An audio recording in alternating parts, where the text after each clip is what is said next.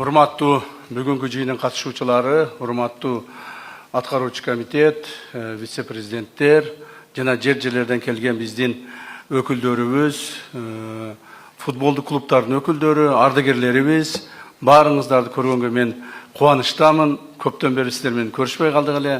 Сиздер дагы мени көрбөй кичине таң калып атсаңар керек, каяктан келе калды деп. Ошондуктан мен ушу сиздердин алдыңыздарга бир өзүбүздүн футбол боюнча жасаган жумуштарыбыз боюнча сиздер менен бирликте жасаган жумуштарыбыздын отчетун берип коеюн деген ойдомун. Бул жумуштар биздин футболдун, кыргыз футболунун тарыхындагы болуп көрбөгөндөй чоң ийгиликтерге жетиштик. Муну эч ким тана албайт. Себеби ушунун бардыгы силердин көз алдыңарда, силердин катышууңар менен, коомубуздун, мамлекетибиздин катышуусу менен ушул нерсе болуп атты. 2 жылдын ичинде 7 миллиард сомдун тегерегиндеги акчаны ушуга жумшаптырбыз. Мындан ары дагы 7-8 миллиард сомдук курулуштар жүрүп атат. Так, демек, ушу 2 жылдын ичинде биз футболдук союзга, футболго, тегеле кыргыз футболуна где-то бир 14-15 миллиард сом акчаны тартыптырбыз. Бул акчалар кайдан келди? Бул акчалар жөнөн эле асмандан түшүп, же жерден чыга калган жок, же бирөөлөр алып келип бере калган жок. Мунун негизги маселелердин бири бул мамлекетибиздин жардамы болду. Мамлекетибиз чоң жардам берди бул жерде. Өнөктөштөрүбүз чоң жардам берди, спонсорлорубуз чоң жардам берди.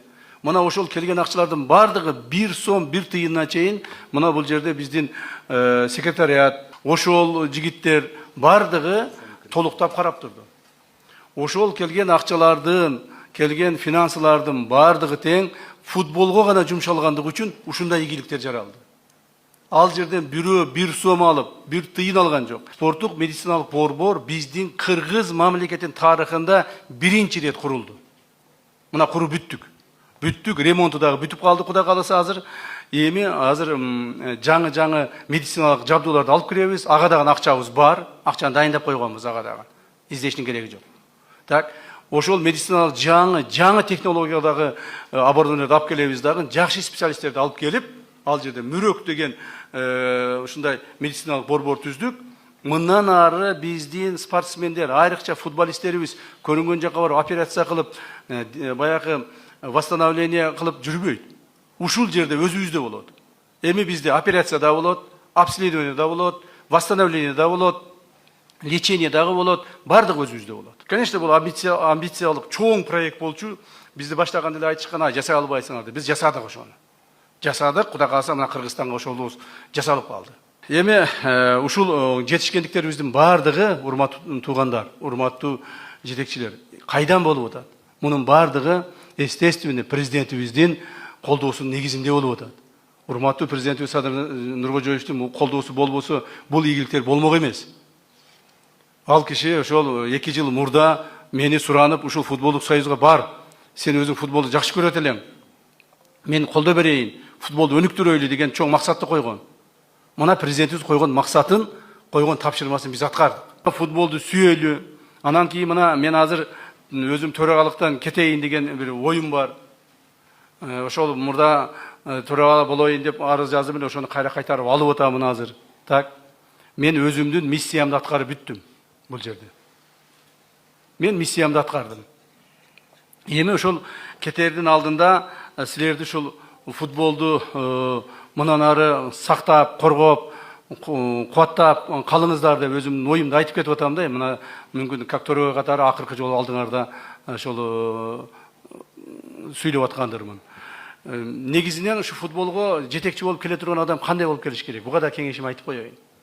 Футболду сүйгөн адам келсин. Жөн эле башкарып турайын 2 жыл, башкалып турайын 1 жыл, башкалып турайын 3 жыл, анан кийин ушул жерде президент болуп, федерацияга отуруп алып, ал жака барайын, бул жака барайын, дүйнөнү кыдырайын деген адам келбеш керек. Мына мен төрөгө катары бир да жолу барган жокмун бир жака. Бир да жолу дүйнөнү кыдырып, же болбосо ушул федерациянын эсебинен бир жерлерди кыдырган жерим жок. Бул жерде футболду сүйгөн адам келиш керек. Хоккейди сүйөсүнбү? Хоккейге бар.